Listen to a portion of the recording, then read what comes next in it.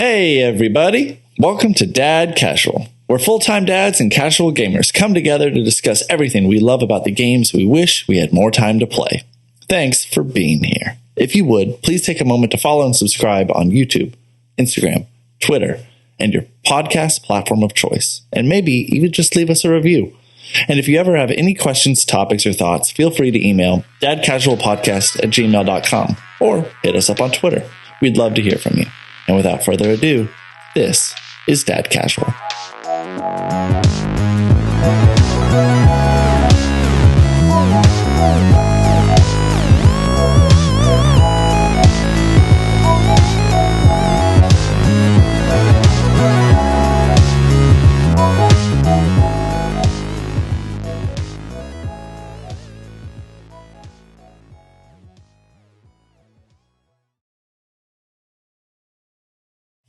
Yo ho! It's week 2 of the new year, and for us at Dad Casual, things are finally starting to feel back to normal. Last week, we talked about all of the bigger AAA and first-party games coming in 2023, but this year, I think we're excited to talk a little bit smaller. And it's Indie Week. We're going to be covering several indie games this week that we think should be on your radar this year. And hey, let's not forget the fellas. We've got Preston. Here I am. Houston. Yarg. And myself, I'm Andy. What's going on, guys? Yo ho, pirate captain. My captain. Oh, it wasn't like Ludicrous? Yes, It was both. It was pirates. Mm-hmm. Who says that Ludicrous isn't a pirate? I mean, he could be, I guess. Story of the year right there. But pirate. Anyway, so what's going on, Houston? Tell me about what's going on in your world. What have you been up to? You doing anything cool? Not today. I had some car trouble today and had to get towed for the first time, so that was fun. That's not cool? I mean, got to meet a cool tow truck driver, so that was interesting. Yeah. Nice guy. But Was your daughter with you, or was it just you? just me. On my lunch break, and just my car just refused to start. And so it's pretty old, so kind of figured it was time for an issue with it, but yeah, I kind of wasted the second half of my day today. Yeah, that sucks. Every moment, though, is a moment to shout out Dad Casual, because maybe that... I did. I shouted out Dad Casual today to one of our clients. It was great. Yeah, nice. Cool. Yeah. Dude, I saw he had a Breath of the Wild poster in his office. And I was like, all right, found my audience. Well, I was talking about the tow truck driver, but that works, well, no, too. he didn't, but one of my clients this morning did. When are we going to make merch? Ooh, is that something that people want? That's what I want.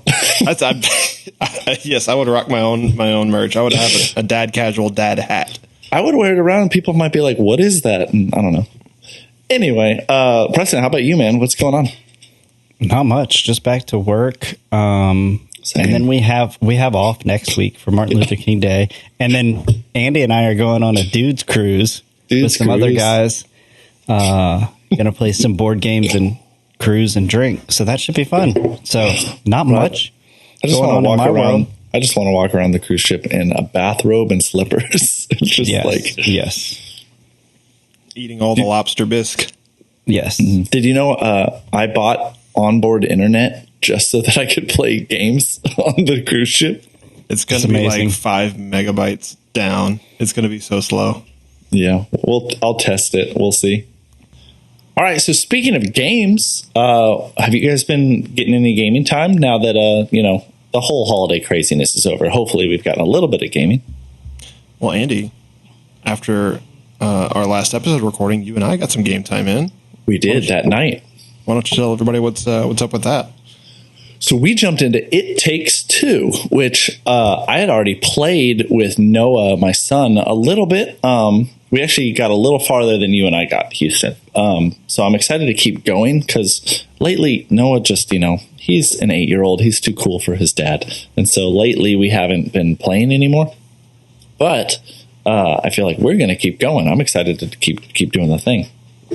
Yeah, it was a blast, man. I think it was a bit more like grown up than I thought it was going to be. Like, it's not like a super adult thing, but like it deals with divorce, and it's like there's like it's not all PG language, which I thought was interesting, and but it is it's a really snappy cool, like adventure game, and the art style is really nifty. It's kind of like a little bit like Psychonauts ish, Sure. which I think was kind of cool.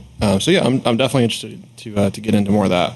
I'm glad that that we're working on our marriage. That's all I feel like.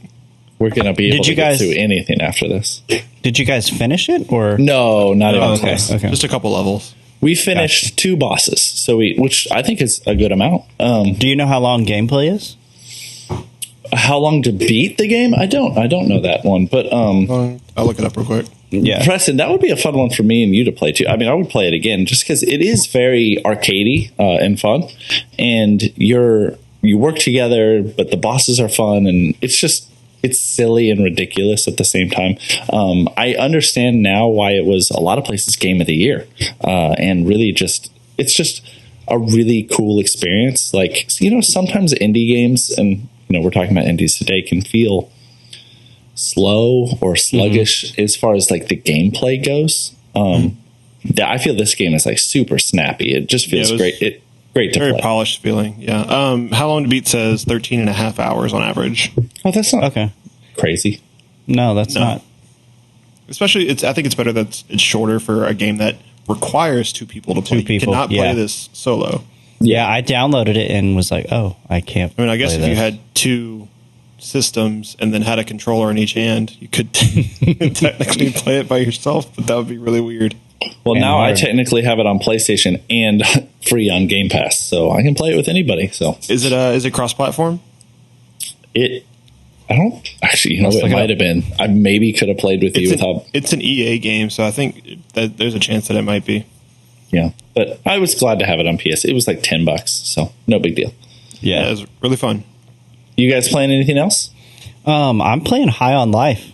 I got my Xbox back, and it was one of the Game Pass games. So that game's hot right now. That's a big one. Tell us about what are your first impressions? How far are you? I probably put in maybe 2-3 hours, not anything crazy. But for those who don't know, it's a like comedy first person shooter game, where basically the gun is the main character. So that's kind of fun. It's I think we talked about this last episode a little bit, but it's very self-aware. It's very on the nose. I think the same people or somewhere involved, Rick and Morty. Yeah, it's definitely the Rick and Morty one guys. Of the creators. Yeah, Justin Roiland. Yeah, it's like it is all the voices too. Yeah, it's like if he made a Borderlands game, it's pretty much what that game is. It's hilarious, and the way they teach you to do things is hilarious. And if you try and shoot the wrong people, they're like, "No, you can't do that." Okay, yes, you can, and then they let you just slaughter things randomly. So, are there? You said the gun's the main character, and the guns talk in the game. But are there more than one gun, and then like you can swap between them? How's that work? So I don't think this is a spoiler, personally. Starting the game, you have a gun and you get a knife. Oh, okay, so cool. Those 2 things are talking to me. I'm pretty sure there are more weapons as well from just the brief trailers that I've seen. Yeah, I haven't gotten any yet, but. And all of that's in the trailers. I think that's pretty fair game as far as spoilers. That is going to be our rule on Dad Casual as a whole. That if it's in the trailer, we feel free to talk about it. But anything that's not in any shown trailers, then we will give a spoiler warning. Yeah. The only other thing, I think the gun's name is Kenny. Yeah. And the knife's name is Knifey. Knifey. So original. Of course. Yeah. Do you like the comedy? It's funny? Yeah, so it is I like it. It's sometimes dark, which I also like. But yeah, the game sucked me in, honestly. Like I was like, I'm not usually this kind of gamer, but I think the comedy got me, and then I was in the story like that. So yeah, pretty fun. Yeah, if you're a fan of Rick and Morty, I've heard it's pretty spot on, but it's I think from the IGN review, what I remember them saying is that it's like if Justin Roiland didn't have an off switch, because there's so much like time in the game for him to kind of just explore those like comedic spaces. Mm-hmm. And so on Rick and Morty, you have commercials and you have like a set limit to how long the episode can be. They kind of have to like cut out all like the not as great jokes, but this one he can just throw everything that he wants in there. And so I've heard it gets a bit tedious at times, especially if you're not a fan of his humor. But it actually looks surprisingly polished from what I've seen.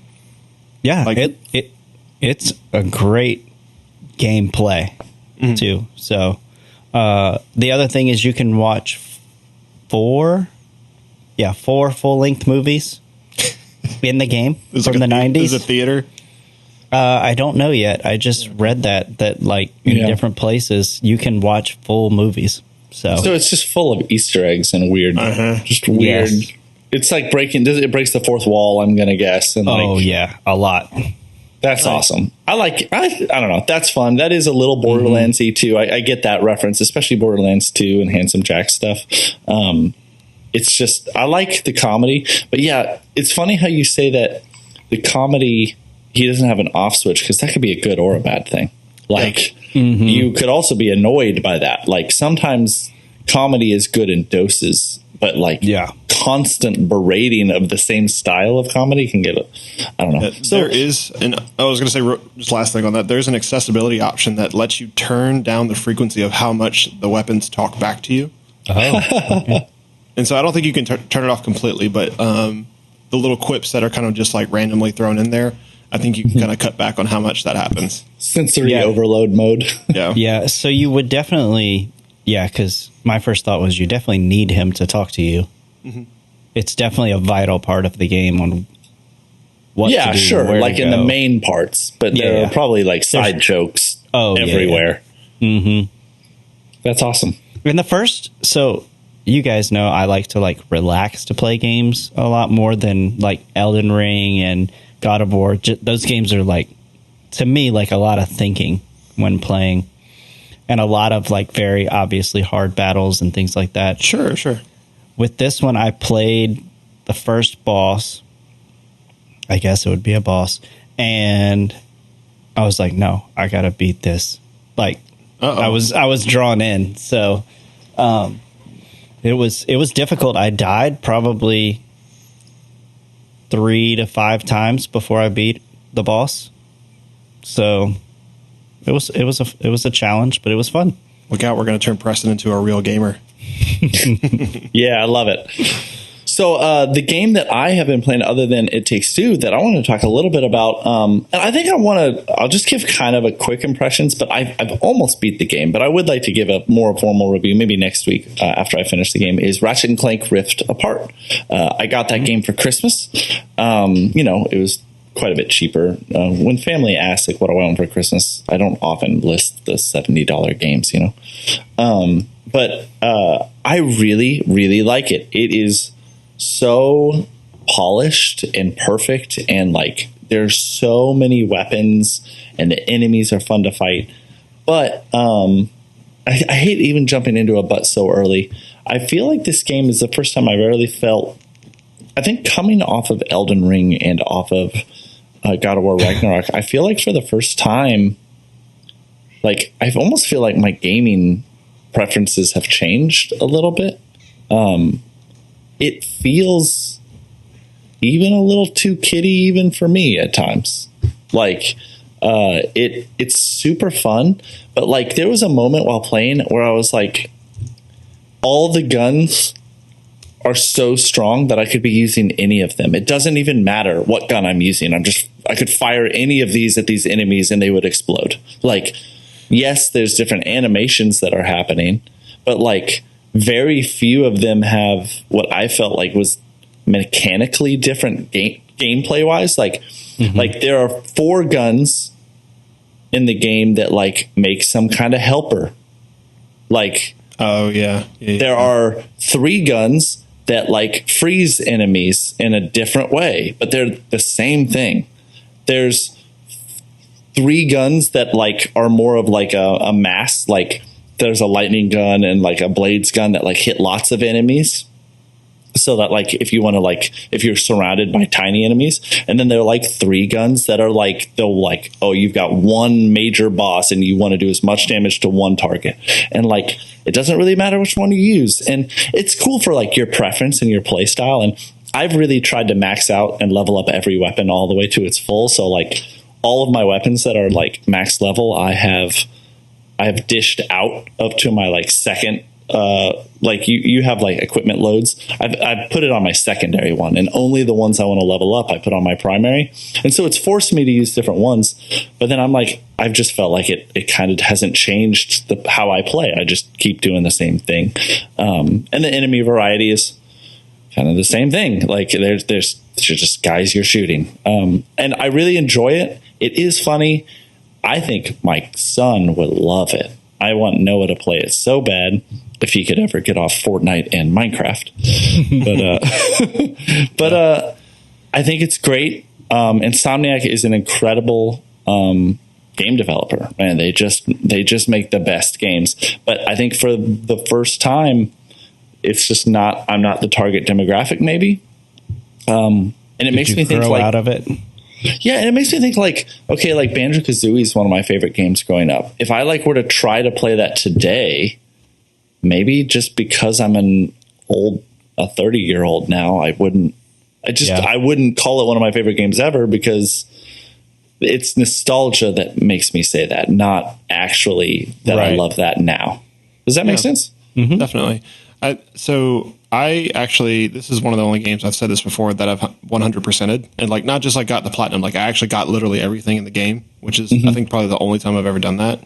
And I think that the only reason I did that was because it was the first PS5 exclusive that I tried, and I was like really excited. I was like, I'm either going to get that game or Demon Souls or Spider-Man Miles Morales or something like that.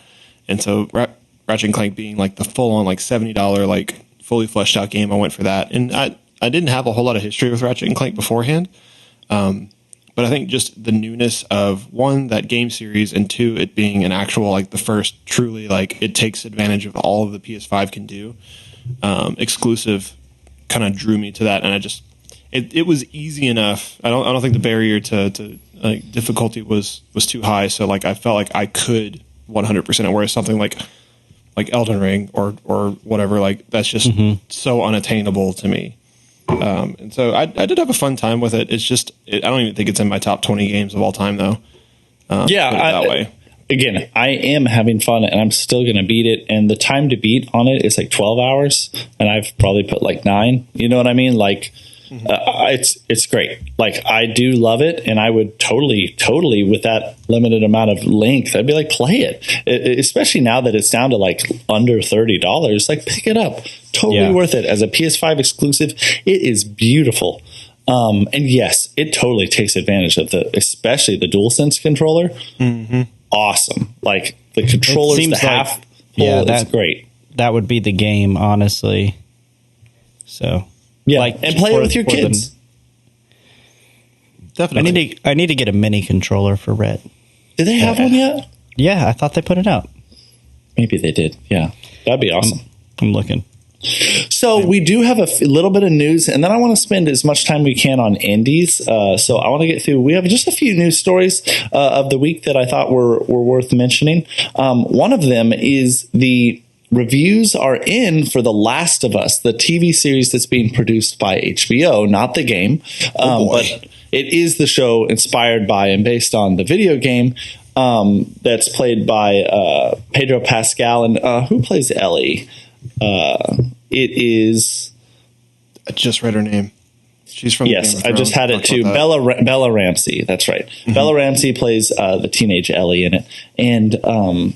so I just wanted to read this real quick. This is from Polygon by ONS Good. He's quoting Jim Ryan, who says, "Oh, I'm so sorry. I just jumped news articles. No, this is from Rotten Tomatoes. I wanted to read, and grain of salt here. I understand some people don't trust Rotten Tomatoes, but Rotten Tomatoes is just an aggregate. They're just taking all of the other reviewers who call themselves professional reviewers. So whether you agree with that or not, it currently has a 97%. Ayo. Yep. I saw that. That's incredible. That's a critic score, right? That's a critic score. Because audience score isn't available yet. Because it's not available. Correct. Yeah. And so, like, I read about this is from Chris Wagner from San Francisco Chronicle. This isn't just a breakthrough video game adaptation. It's a great show, period. I love that. This is from the New York Magazine. Even if The Last of Us treads familiar ground, it is still a gripping and ambitious work that seems fated to become the premium cable network's next Twitter trending hit. Yep. The Last of Us, this is from Adobe.com. The Last of Us is more than just an end of the world show. It focuses on the need for human connection, even when the world doesn't seem like a place where that can happen. It's just full of glowing reviews. Very few rotten reviews. Here's the only one I can see from the Globe and Mail, but it is considered a top critic. This is Barry Hurt saying, as hard as The Last of Us tries to convince its audience and perhaps itself that it can borrow from and elevate the zombie thriller, it is unable to deliver something genuinely new. So, yeah, but maybe if you're sick and tired of zombie shows, that, but I haven't watched a zombie show since like season 3 of The Walking Dead. Yeah, but it looks like even with that one, as hard as The Last of Us tries to convince its audience and perhaps itself that it can borrow from and elevate the zombie thriller, like, it's not trying to deliver something new. In my opinion, it's telling the same story from The Last of Us in film. No, I think he's comparing it to like stuff like The Walking Dead, though. Like other zombie TV thrillers. Like why if someone asks, like, should I watch The Walking Dead or this? Like, I don't know. I guess we'll find out. Well, you need like 8 years to watch The Walking Dead. So. Yeah. Well, who knows? I don't know where this season's going to end, but I'm pretty excited for it. Are you guys going to watch it? Oh, yeah. 100%. Definitely. Yep. I'm such a huge fan of the first 2 games. Yep. So 100% definitely. Cool. Yes. Me too. So I want to move on to, this is from ONS Good at Polygon. This is titled "The PS5 Shortage is Over," says PlayStation boss Jim Ryan. Golf clap. Yeah. So if you've been waiting, now's your chance. Pull out all that fat cash that you've been saving up. Basically. Ryan says, PS5 supply improved towards the end of last year during a staged presentation. PS5 supply improved towards the end of last year. I'm happy to share that December was the biggest month ever for PS5 console sales, and that we've now sold more than 30 million units to consumers worldwide. Everyone who wants a PS5 should have a much easier time finding one at retailers globally, starting from this point forward, Ryan said. Jeez, took them long enough. I know. I mean, 3 years. It's been out that long? I remember summer of 2020 sitting isolated in quarantine watching the PS5 reveal event. It was like September 2020 when the pre-orders were announced, and I think launch was November 2020. So it's not quite 3 years yet, but it's like, well, it's not even 2.5 yet. Okay, so it wasn't summer, it was fall or end of summer, but yeah. Yeah, it's crazy. And you weren't going to buy one, Andy. Remember that? And you were like, oh, Walmart's got one. Bought. I wasn't going to buy this too. He wasn't. He was like, I'm going to save my money. And then we're in the office and he's like, I got one. You got to understand too that like COVID was such a weird year where like, I was like, what am I going to do? Go on vacation with my money? No. Yeah. Let's get the PS5. That's the ultimate cop-out. COVID did it. Yeah, COVID did it with no idea when it was going to end. You were like, yeah, I got years. Oh, man. Hey, stop. I like it. I'm glad you got it. I'm We're glad all here now. We all have PS5s. I mean, I am glad I have it now, for sure. 100%. So glad I have it. Okay, so one more quick news story, and I think this is kind of interesting. Destiny 2 developer Bungie has a number of unannounced games in the works with Sony. This comes from Darren Bonthus at GameSpot. He says that Sony's $3.6 billion acquisition of Bungie last July is part of its bigger plan to enhance its live game service capabilities, with the company intending to launch 12 live service games by 2025. We believe it will be a catalyst to enhance our live game services capabilities, Sony CEO Kenichiro Yoshida said. when the news was made official. Our acquisition of Bungie also represents a major step forward in becoming more multi-platform. When do we get to see these? 12? So, to be clear, that is saying that Sony intends to do 12 live service titles. Not Bungie is doing 12. But Bungie is in development of, apparently, quote unquote, several games. Interesting. I think that's interesting too. I wonder if they're counting like they have like the Witch Queen and like whatever it's called, like Lightbringers or whatever, like the big expansions. Like, are they counting that as like a new game? Because you do have to pay for them separately from the base game. So apparently they are not referencing Destiny at all. This is outside of the Destiny franchise. A recent report indicated that the developer could be bringing back one of its pre-Halo series, a game called Marathon, which will take the form of a 3-person squad extraction-based shooter. So that could be cool. So that's lots of things on the table. Games. Very interesting. It is interesting. And yeah, I guess the idea too is that Sony does want to get more into their own first party games of service. They want an exclusive version of Fortnite, an exclusive version of Call of Duty. I mean, basically that is what Xbox is about to have. They bought Activision or are buying Activision, and they will have Call of Duty Warzone soon, which is, I mean, I would say equally as large as Fortnite. So Sony wants the same thing, but I do feel like that's a tough order. All right. We'll see. All right. Why are you so yelling? Moving on to the main topic of the evening, the day, whatever time it is in podcast village. We want to talk about the best indie games that we're excited for and should be on your radar coming in 2023. Now, all of the games that we're going to talk about are slated for 2023, but that's not a guarantee that they're going to come out this year. Games get delayed all the time, especially indie games.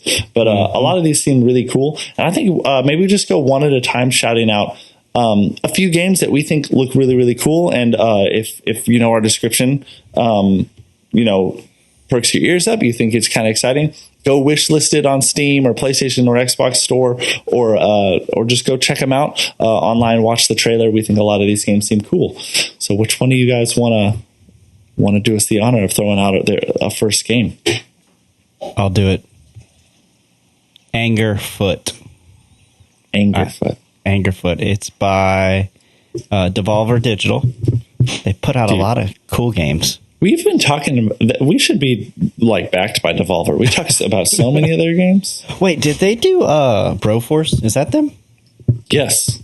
Okay. Yeah. So they did Broforce. They did the cult game, Fall Guys, the cult game. Stick it to the stick man. I don't know if y'all played that one. It's kind of fun. They did Enter the Gungeon.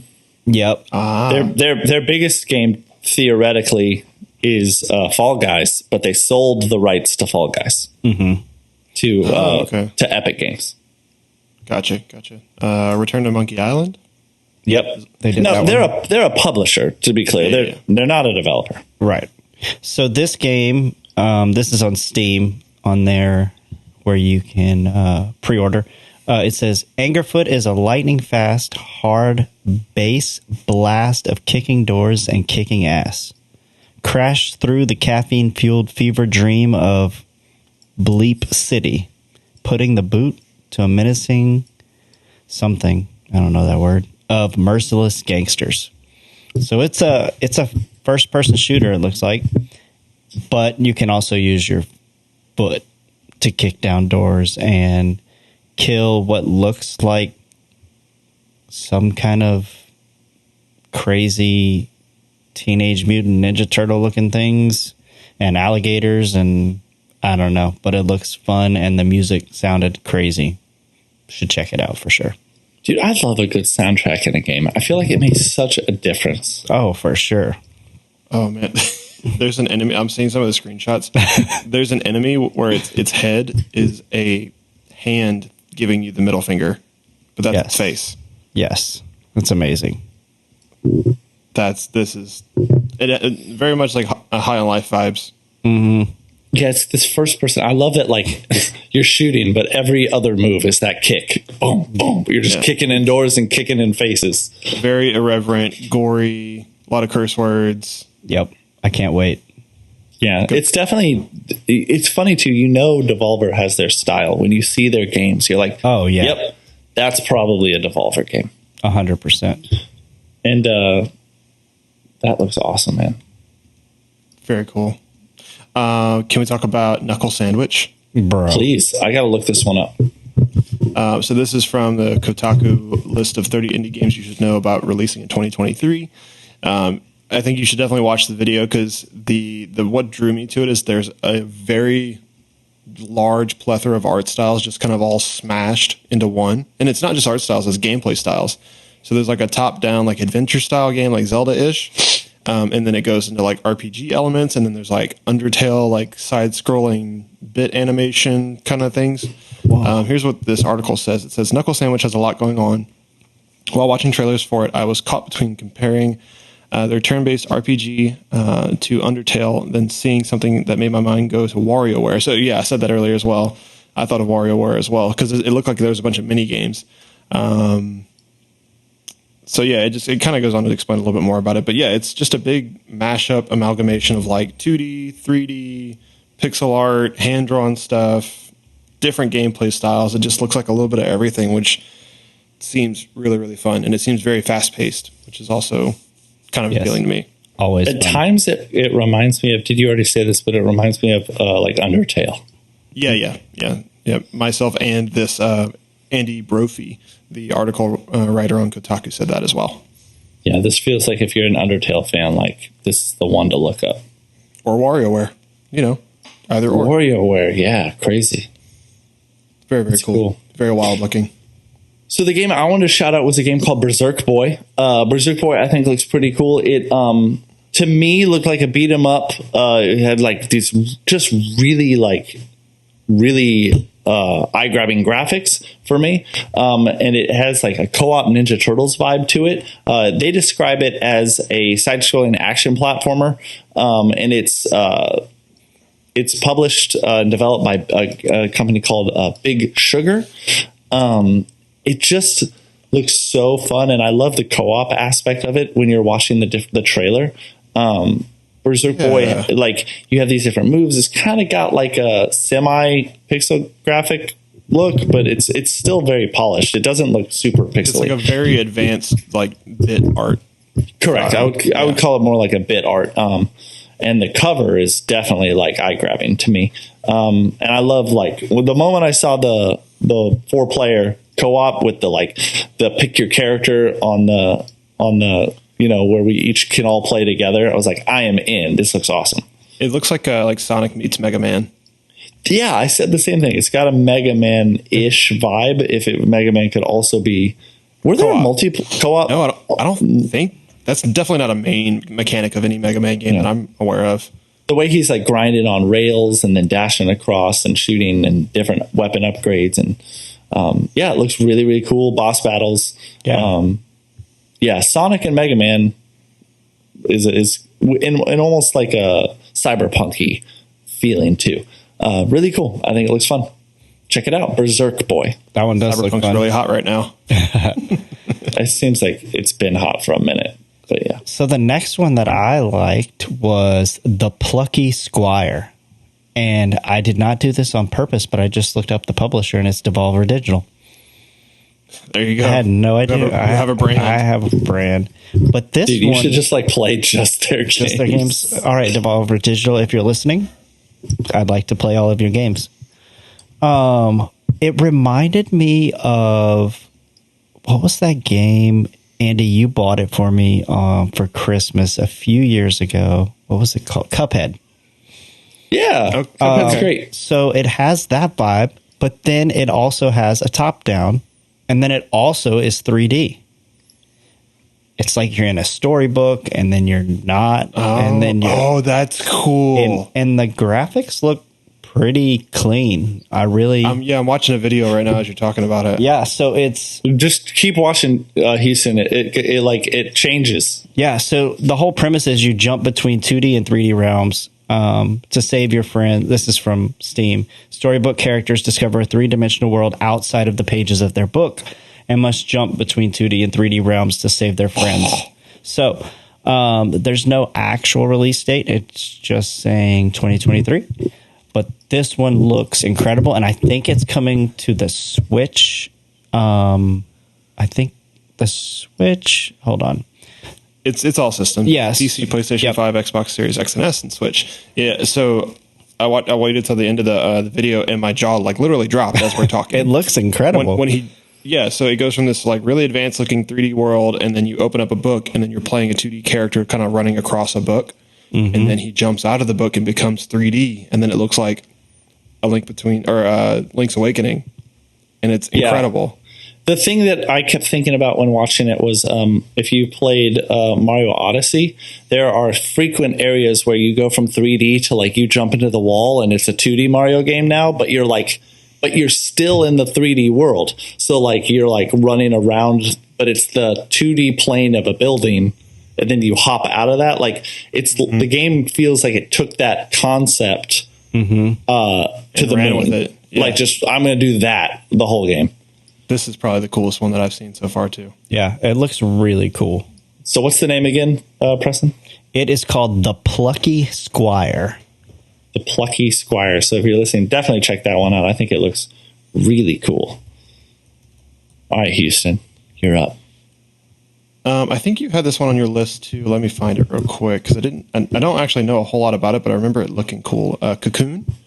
Yeah, go ahead and talk about it. That's fine. Go ahead and talk about it. So this article from Kotaku again says, if you liked Limbo and Inside but want something decidedly less rancid with decidedly less rancid vibes, take Cocoon, a puzzle game from Geometric Interactive, led by Jeppe Carlson, or just Jep Carlson, who is the lead gameplay designer for those aforementioned games. So if you liked Limbo and Inside, like the gameplay style and kind of just the overall polish of those games, and you want something a bit more benign, this sounds like the game for you. So I'm looking at the kind of the gameplay, and it's also Annapurna, that's Stray. It's one of my favorite publishers, and so it looks really cool. It's kind of like a tilt shifty, kind of you're looking at miniatures, kind of isometric thing, but it's like a puzzle game that has some kind of spacey themes to it.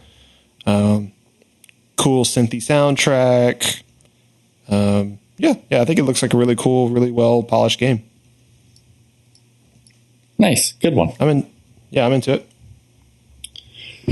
So the next one I wanted to talk about was a game called Sea of Stars. Sea of Stars is a game that's published by Sabotage Studio.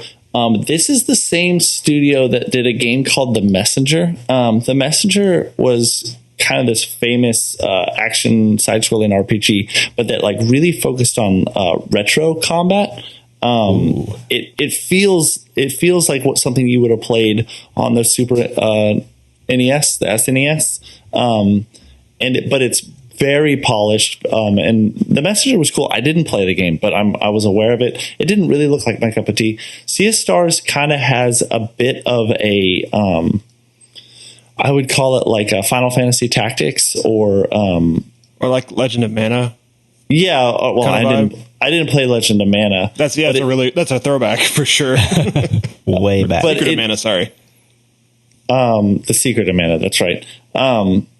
Or I guess I would say even more recently, the Octopath Travelers and the Triangle Strategy games, but not that art style. More of an art style that I think is up for that I would like. But it definitely has it's turn based, so some people get off turn based. But it's got timed hits, combo attacks, boosting, damage types, and spell breaking that you can mix and match. There's still fun traversal. So some, turn-based games that's all it is, but you can still swim, climb, vault, jump off things.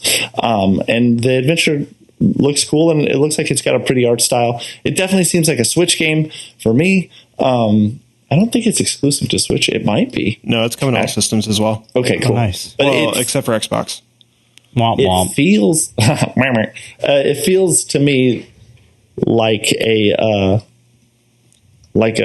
Switch game for me. And I haven't played a game like this in a long time. It definitely has. I loved like Final Fantasy Tactics when I was a kid, so it kind of reminds me of that. Yeah, this article is comparing it to Chrono Trigger, which I think is pretty spot on. But it's definitely that HD 2D is what they're calling it these days. Chrono Trigger is a great reference. There you go. Yep. I'm into that. It looks really, really cool. Really well done. Yeah. So that game again is called Sea of Stars. Sounds fun. Is it my turn? It It's is. your turn. Go for it. Okay. This one seems fun. It's called, I'm thinking Shim.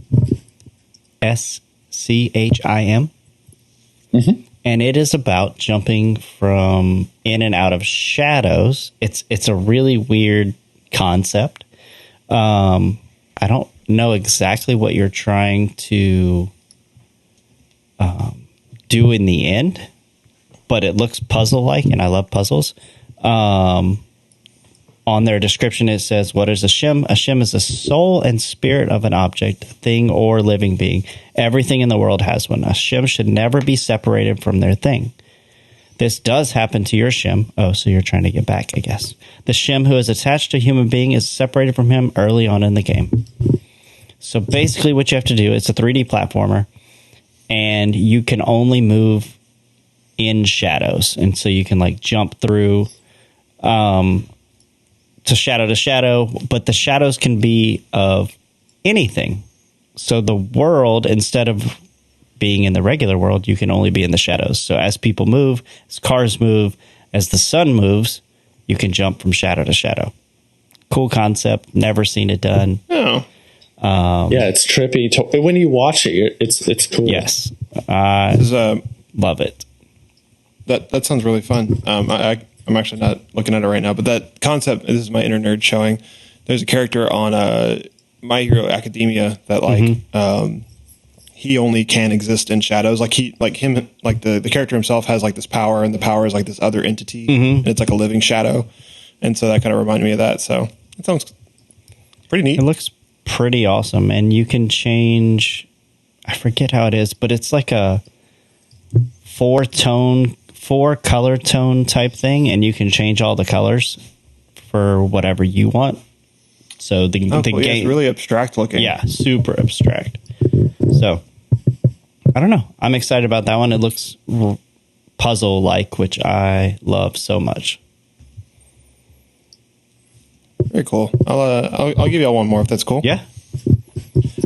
So this one just visually caught my eye because it looks like Jet Set Radio, but it's not. And I've heard that the new one that they're making is not super great. And this article also confirms it on Kotaku. So thanks, Kotaku.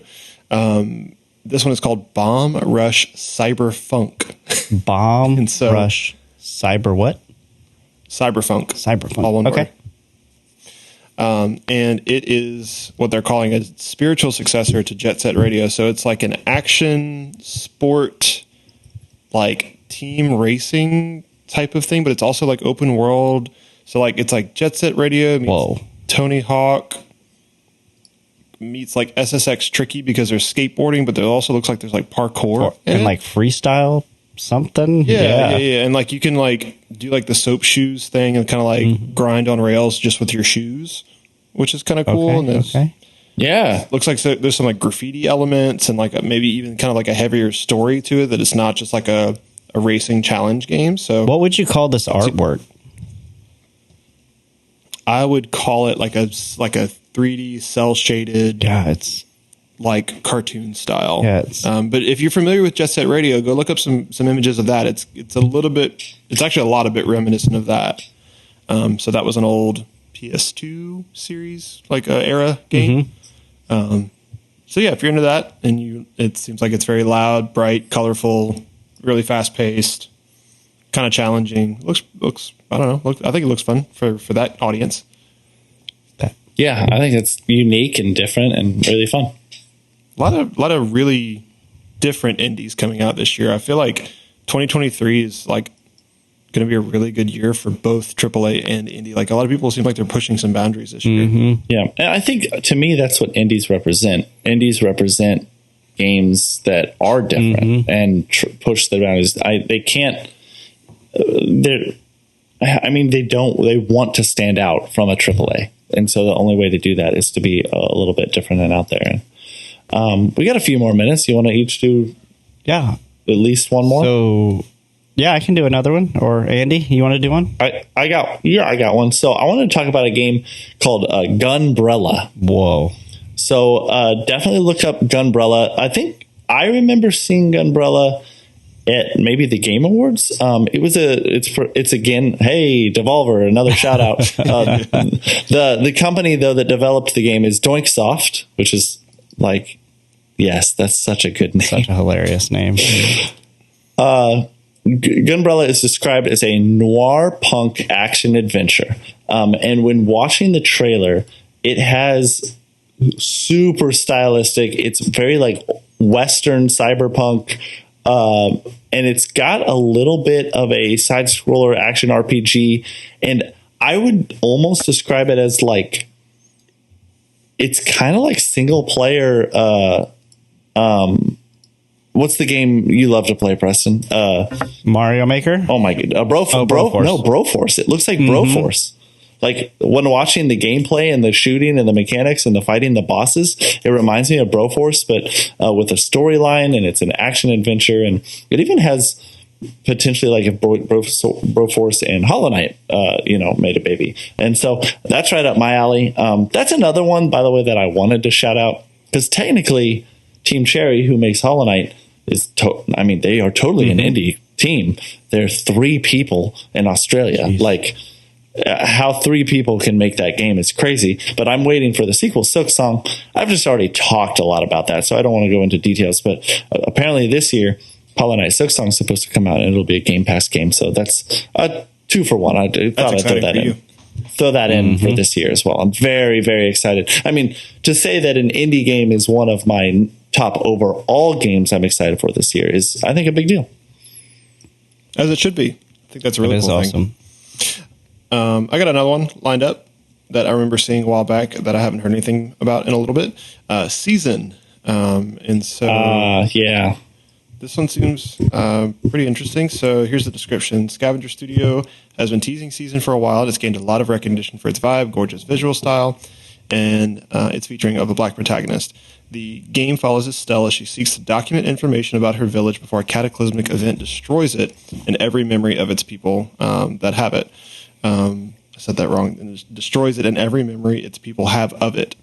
Much of Season is just spent existing in a world, its people, and taking various notes about what you see. This means taking photographs, drawing, and taking videos of people you meet and the things you see. And also there's like an audio recording bit to that as well. And so, yeah, it's like a kind of story-based adventure game where you're kind of meeting interesting characters and documenting your world. And then there's this kind of like mysterious like apocalypse that's about to happen, but just on your village, I guess. But yeah, visually speaking, it's really cool. It kind of like reminds me of like some like higher end animes, but it's like I don't know. It's 3D and it kind of has that kind of like painted kind of look to it, where like the backgrounds look like they're hand drawn, but then all of the moving elements are a bit more animated. So it almost has like a Studio Ghibli a little like vibe. I will say it's one of the more beautiful indies planned for this year. I can't believe how long this was. They announced this like 3 years ago. Yeah. 2 years ago. Was it? Yeah. Was it like during like the launch event? It was December 2020. Okay, so just after. So we're a little over 2 years. Yeah, but the Studio Ghibli thing is kind of almost bang on. There's another studio that does some similar work called Comics Wave Films. If you're familiar with if you're an anime fan, the show Your Name was a beautiful anime movie, and it looks very similar to that. So if you're into that art style, very much similar to that. The last one. We're really dropping some big ones. A lot of these are great. The last one I had was called Little Bear Chef. So Okay. I'm interested. Have you seen the trailer? The trailer to this is So funny. Little Bear Chef is a game about a very, very small bear working in a very large kitchen, trying to get a successful restaurant. In the first trailer, we get a look at the bear, really a sentient bear-shaped honey container trying to cook in a human-sized kitchen. That's from IGN. It looks amazing. It's like a little honey bear, but literally he's just cooking in a regular-sized kitchen. Some Ratatouille action going on here. That was my first thought. It looked like Disney should buy this and just make the bear a rat, but then it'd have to be Little Rat Chef. This is the sequel. Yeah. This is it right here. the sequel. Yeah. So I think it's hilarious when tiny little things have to do normal sized. It makes me think of Skatebird. Yeah, like, something ridiculous. Bro, when is Squirrel with a gun they coming need out? to drop that today. Oh, there you go. There's your indie that we've already Yes. talked about that you guys are excited for. Yeah, if you haven't heard us talk about this, man, we Yes. are beyond hype for Squirrel with a gun. You guys are. I'm like, I want to laugh at it, but I don't think I actually want to play it. Will it be? Yes. Like, it looks like such a good goof at the very least. Yeah, I only PC right now is what I understand, but gosh, please. Planned release date, good Yeah. question. That's what it says on Yep. Steam still. But like the whole premise is just you are a regular sized, average looking squirrel with a regular sized, average looking Yes. gun. And you can use the gun to, I mean, I guess hurt people, but then you also use it as a form of propulsion because you're so light that you can shoot the gun multiple times and like literally make yourself fly. So you can become a platformer based on the gun propulsion. Yes. Yeah, but everything in the world is real scale. Like you have to like quote unquote jump up like 2-story houses that are like 15, Yep. 20 feet tall. Exactly. But the animations are hilarious. Yes. Lots of good indie games. I'm excited for that one. So I want to talk. You mind if I share just one Yeah. more before we talk about just a few personal life stuff? The last one I want to talk about, which I might actually give a try. I haven't played the game, but Mina the Hollower. If you like Shovel Knight, this is Yacht Club Games next game by the developers of Shovel Knight. It is a Zelda like dungeon crawling game. It almost has like if the old school Castlevanias like had a top down game that was like Link's Awakening, so it's like top down Link's Awakening with Castlevania combat, but also Zelda inspired. Very cool, super like classic look. Like it's very, it almost looks like something you'd play if like a very modern Game Boy, like Link's Awakening.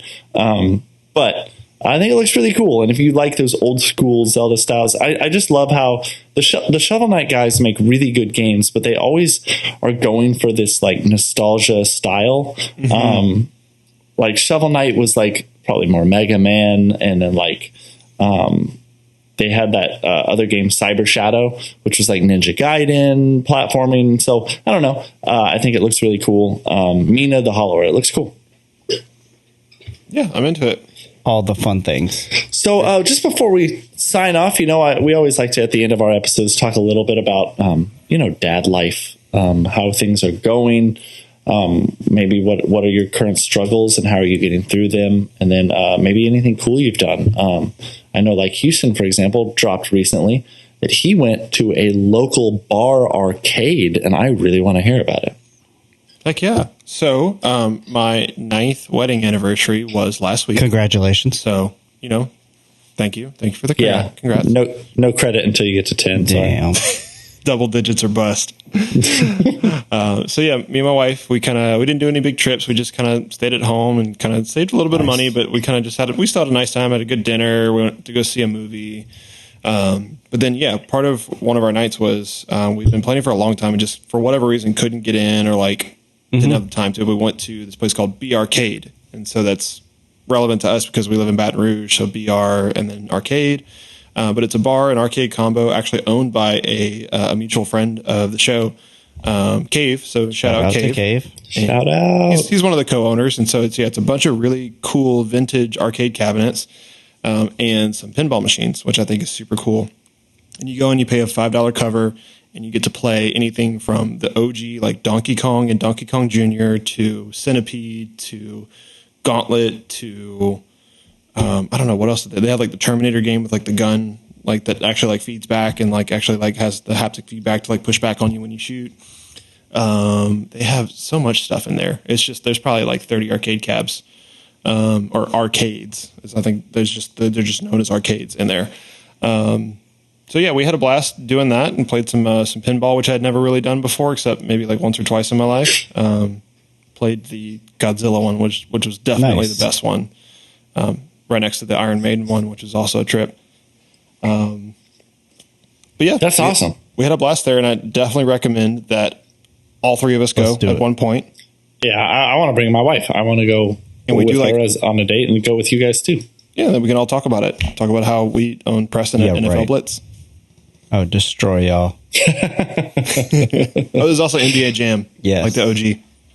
I can do the arcade sports games. I'm not very good at the simulation, like real sports games. For sure. But the arcade ones, I can handle. I don't know if I mentioned it in our last podcast, but I also jumped into something similar when I was in Kansas City. I went to a place called the Pawn and Pint. It was not arcade cabinets, but it was, I know this is, extracurricular. This is outside of the video game world, but it was a board game bar. It was $5 to go in, and they had like probably 1,000 board games, and I could, for $5, play all of them if I, before they closed. And then, but from there, they make most of their money from the bar, but it was really, really cool to be able to just play a bunch of board games. And my wife and I went, and, I've actually considered like opening one of those for a long time. I always thought it'd be kind of cool. But it's just, I'm just not ready for that kind of endeavor, but I do think it'd be fun. Nice.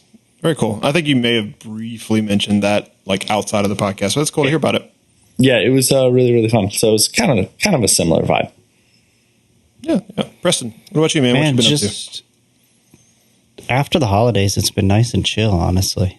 There hasn't been a lot going on. I know. It's nice to get back in a routine. Routine is crucial for our family, at least. Like, it's very important. And it helps us all stay sane. So getting back in the routine has been great. And then, like I said at the beginning of the show, I am super excited and like senioritis to get on this cruise and just chill even more. So.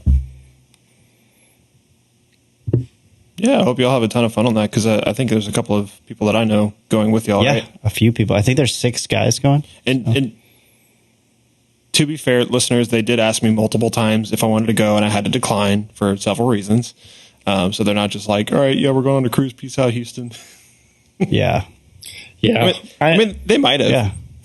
It's that feeling of like you need a vacation from your vacation. I kind of like feel like that's what it is after the holidays. Like, yes, I took time off work. Yes, I spent time with family, but you're tired still. I always like our guys' trips because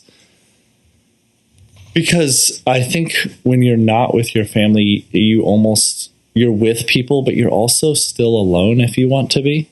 Like, I'm just going to go take a nap. I'm just going to go swim a lap, go to the gym. Like, no one's going to care. It's that kind of vacation where truly you can just do whatever you want. And I think, married couples that don't have kids, they probably still have that all the time on almost any trip. But kids, I mean, you cater to them. And so I'm pretty excited for the trip. I think it's going to be fun to get away. I think coming back from that trip will hopefully and finally feel like, man, I'm really, really rested and I am ready to conquer the world. So nice. What's the dates for that? We leave in the 19th. So today's the 10th. So 9 more days, 8 more days. Yeah. So very cool. Next Thursday. Yeah. Very much senioritis. I get that. I'll be out of town too. I'm actually going to Washington. What? You're going to change the world? What are you doing in DC?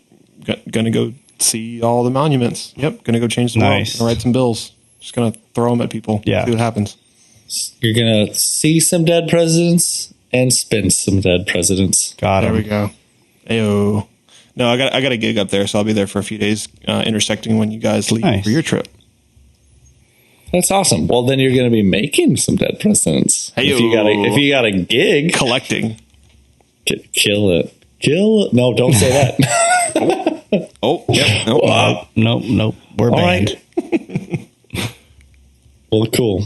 Well, I hope everyone out there is also had a great, holiday and has transitioned well into the new year, and is hopefully they're feeling rested and can conquer the world too. I think that this last year has been a crazy one for us, but it's been such a good year. Last year was such a good year, just starting this podcast, and we've had a lot of fun getting to do this. This is our 22nd episode, which is so crazy. But I'm really excited for, the rest of this year. We're going to keep going, and please engage with us. Give us some interaction. We want to hear your comments, your questions, your ideas, how we could do better. Should we bring in guest hosts? Should we kick Preston off permanently? What do you think? Sorry, I'm just kidding. Wow. Got him. If you have any ideas or anything, please write us. It's a dadcasualpodcast@gmail.com or any social channel. Make sure to subscribe, buy our merch when we finally release it, and we will see you guys on the next episode of Dad Casual. Peace out, guys. There you go.